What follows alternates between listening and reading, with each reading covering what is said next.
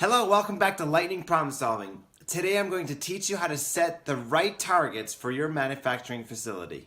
Setting the right targets is so important because without goals, your plant will run with no direction or a vision. You'll have some workers working hard and some workers just relaxing because the management has not set a vision for the plant. It's a disaster. When you learn how to set the right targets, you won't believe the impact it will have on the productivity of the whole plant. So this is how you set the right targets. The first thing I do when I go to a plant to help set targets is I make a question diagram. I'll typically make two question diagrams, the first one based around time and the second one based around the products themselves.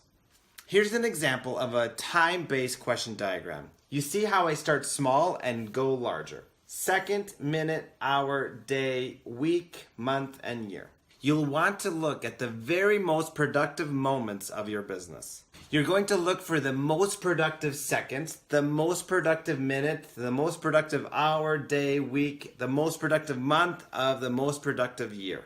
The next thing is you contrast it to the worst second and the worst minute, the worst hour, and all the way through the list. You look for the worst and compare them. Here's an example of a product-based question diagram. So you're going to be looking for the best point on the best side, on the best part, using the best operator, the best line, best model, and the best plant.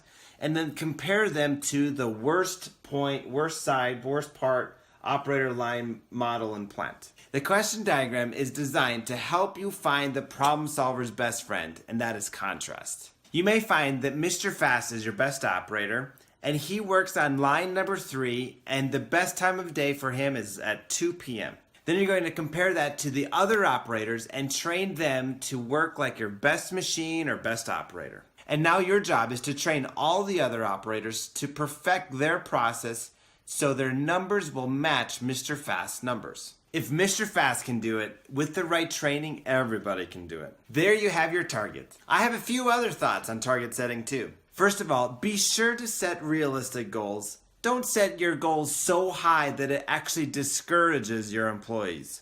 And here's a managing tip for you. Be very careful with incentives. The problem with incentives is, when are you going to stop giving the incentive? When you set an incentive like, if you make your targets this week, we'll give you a free iPad. The problem is, when are you going to stop giving these incentives? People will surely get used to the perks and then they'll start underperforming until the incentives return. And don't let people tell you, well, our employees only make $10 an hour. We can't expect them to manage scrap too. I'm sorry, but $10 an hour? First of all, I have some Russian friends that have an engineering degree and only make $6.50 a day. And secondly, this is crazy thinking. Because by standardizing their work, we're actually making their jobs easier. Get rid of all the magic in the plant. There is no secret recipe that only one person knows. And sure, if there are aspects of the recipe that take special talent, that's fine. But make sure the rest of the recipe is standardized work. Every single day, you're only going to put 1 cup of flour inside this recipe. And you may have to tweak your recipe from time to time with weather changes, like barometric pressure changes, ambient temperature changes, humidity changes, but you still have a recipe. Standardize the problem solving on each line. Pick your best problem solver and ask him or her questions on how they learned how to tweak the recipe.